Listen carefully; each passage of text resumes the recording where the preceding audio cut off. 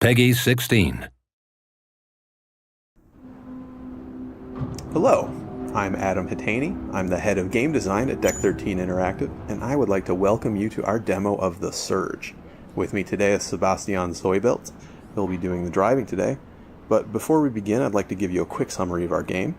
The Surge is a hardcore action RPG with a focus on tactical melee combat.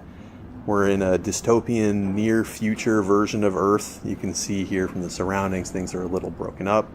In our game, global warming and ecological problems have advanced to crisis levels in the world.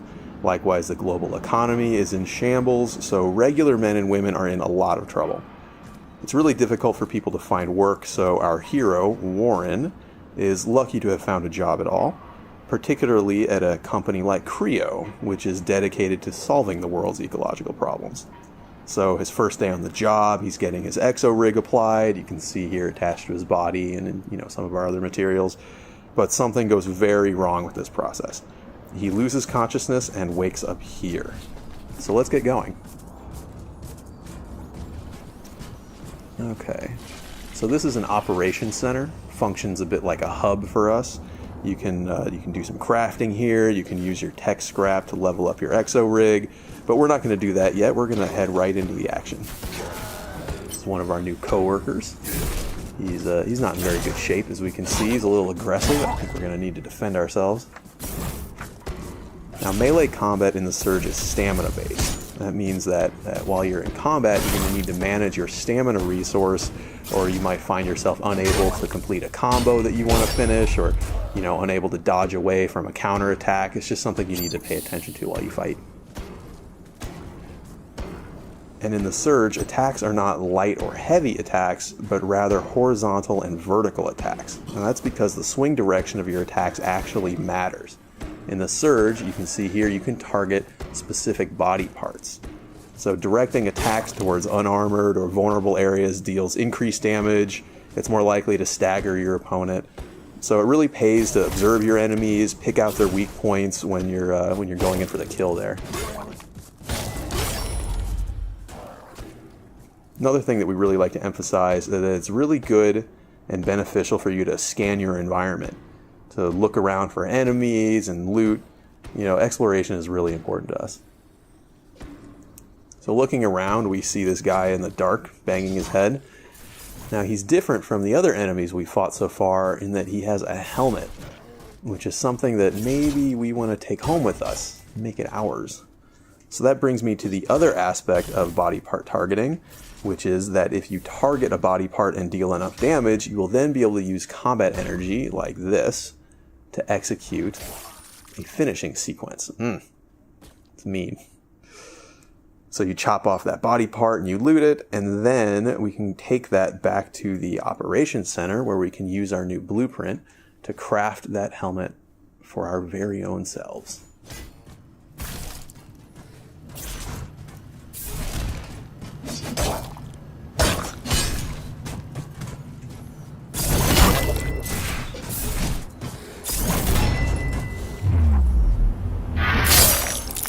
That's not very nice. So moving further into the area here, you can see that we don't have just humanoid enemies. We also have a variety of robotic enemies. Many of these will also have limbs that can be chopped off. This could give you various rewards, new implants, new weapons, things like that. But these disassembly drones are more simple. They don't have different body parts. They're just trying to chop you up. But we're not going to let them do that. And what is this? You see something in the rocket shell over here. Okay, this is also a new blueprint. So when we return to operations, we'll be able to craft the security staff as well. Looks like we're not able to go through that door yet, but there is an overcharge station nearby. So overcharging allows you to channel the core power of your exo rig to overload some circuits. Sometimes that'll open doors, sometimes that will add power to places that had no power. And sometimes it will allow you to be jumped by a giant robot dog. You can see here the robot dog is a little bit of a mini boss for the purposes of this demo. It's much more aggressive than the other enemies we fought. deals a lot more damage, but you can see it also has a weakness. If we punch it right in its robot eye when it's leaping at us, we can actually interrupt it and then score a follow-up attack of our own.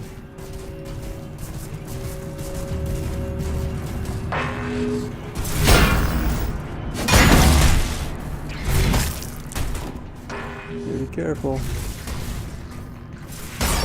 Alright. Now that we have him taken care of, we can explore the warehouse a little bit more. Oh, maybe he'll be friends.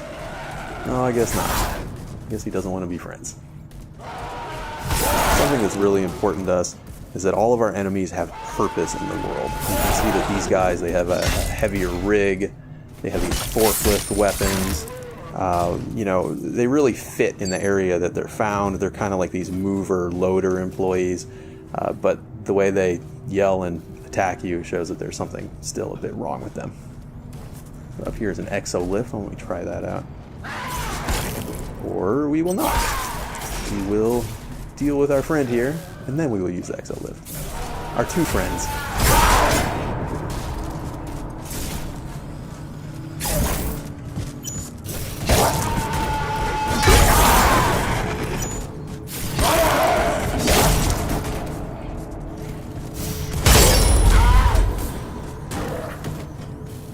Alright, well done.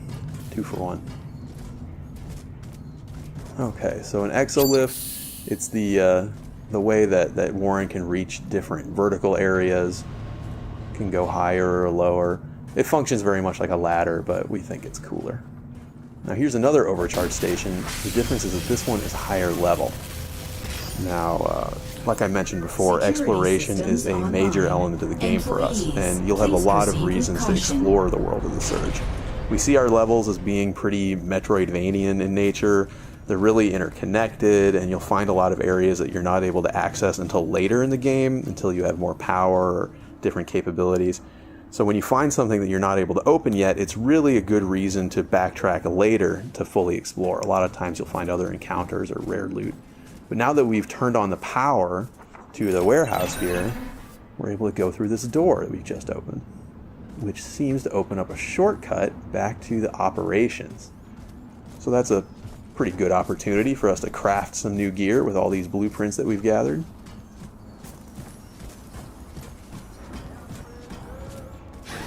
This is not a scheduled break time. I think it is a scheduled break time, thank you. So up ahead here is a med bay. This is what allows you to use your tech scrap to power up your exo rig. It heals you, of course. And then here we have a crafting station, so let's use that. Okay, so we see the blueprints that we've acquired so far. We see the helmet, we see the staff. Let's go ahead and make these things. Make the staff, make the loader weapons. And this is really the core gear loop for the game. You know, you cut off pieces from your enemies, you learn the blueprints, and then you use those to craft new equipment for yourself. So let's go ahead and try on some of these things that we've crafted. Security staff, loader weapons, sweet new helmet that we got before, and we also have this armor piece. Now, this particular piece of chest armor will illuminate in the darkness. It casts these bright lights. It helps you to see, helps you to find enemies and find loot. You know, other armors will, do things like protect you from environmental hazards. So it's really important for you to experiment with different pieces of equipment, see what sort of special effects they give, so that you know how to approach all the challenges of the world in the most effective way. So like I said, we can use tech scrap at the med bay to level up our core power. Looks like right now, yeah, we don't have enough to get a full level up yet, but that's okay, because now we've banked that tech scrap so we don't lose it when we die. And then we also have the implants, which I mentioned before. So implants can have passive benefits. They can also be active injectables like Sebastian has been using to recover his health when he's low. But all implants use different amounts of core power. So as you play the game, you really have to sort of balance the core power requirements and your total core power against the your personal gameplay style and the sort of effects that you think are most important. Alright, so why don't we head out and try some of these new toys that we've made. Be careful out there. Okay, so this is the way we like to do cutscenes in the Surge. We don't like to take control of your camera, you know, we make the cutscenes all part of the game. What that means is that whether you watch them or not, they're always just going to occur around you, and whether you pay attention or not, it's really up to you. Sometimes we'll offer a context camera so you can have a more cinematic view, but it's never required. It's always your choice. And all of our different weapons, they have different move sets, different feels altogether, different finishing sequences. Pretty brutal. So as you get new weapons in the Surge, you'll really want to test them out, see which one feels the best to you, which one is most effective in your own hands. It's really your choice.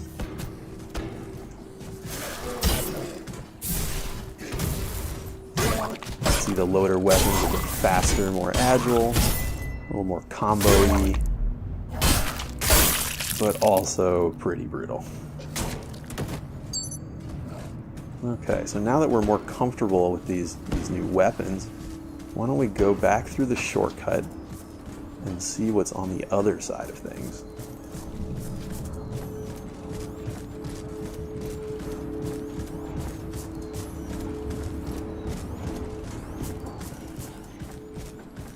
This is pretty dangerous. Reboot in progress. Okay, yeah, so I was talking before about the context camera. This is what lets you have a more cinematic view as this angry boss robot gets up out of the rubble. You can watch it if you want. You can also prepare for the boss fight. That's totally fine. You can see he wanted to shoot you with the railgun. Fortunately for him, it has malfunctioned, so he's going to have to use a little bit more of a personal touch.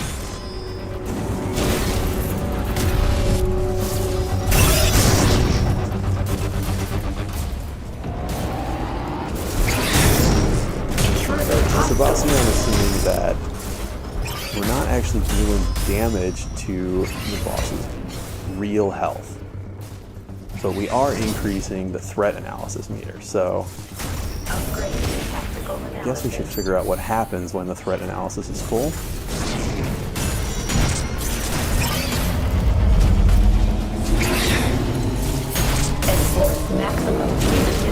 Punitive measures, huh? Rehabilitation implemented. Well, of course. Rockets. Not very nice.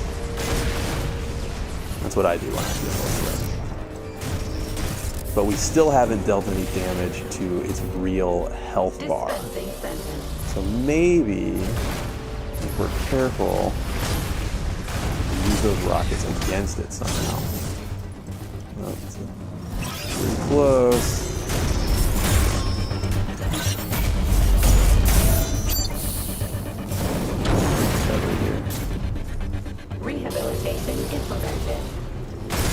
Okay, there we go. So now we force it to be hit by its own rockets. We're able to target its armor piece, knock it off, and then give it a good solid punch right in its robot brain, which has dealt some real damage. So let's see if we can repeat this process for victory. Now, one thing to note is that you know, this is one way to defeat the boss, but it's certainly not the only way to defeat the boss. And this easier method does not allow you to receive the most powerful loot. So if you want the best things off the bosses, then you'll have to fight them fair. Show honor. Not really. This is not really a game about honor. Threat analysis is almost full again. Let's see what happens. Enforce maximum punitive measures. Dispensing sentence.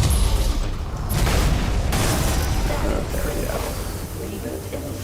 Down. Let's see if we can get at its other armor piece. Okay. Very nice. Boss defeated. Well done. So that's the Surge. Scheduled for release in 2017 on next-gen consoles and PC. Once again, I'm Adam Hatani for Deck 13 Interactive. Thanks for watching.